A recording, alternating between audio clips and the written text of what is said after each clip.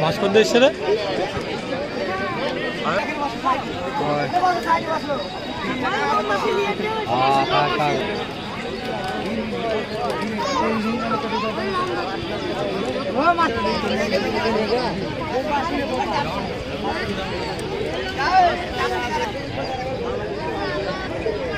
আমাদের যে দুই দল ফাইনাল খেলছে এই দুই দলকে জার্সি দিয়ে দিচ্ছেন মিস আশা এবং লক্ষণ চৌধুরী মহাশয়।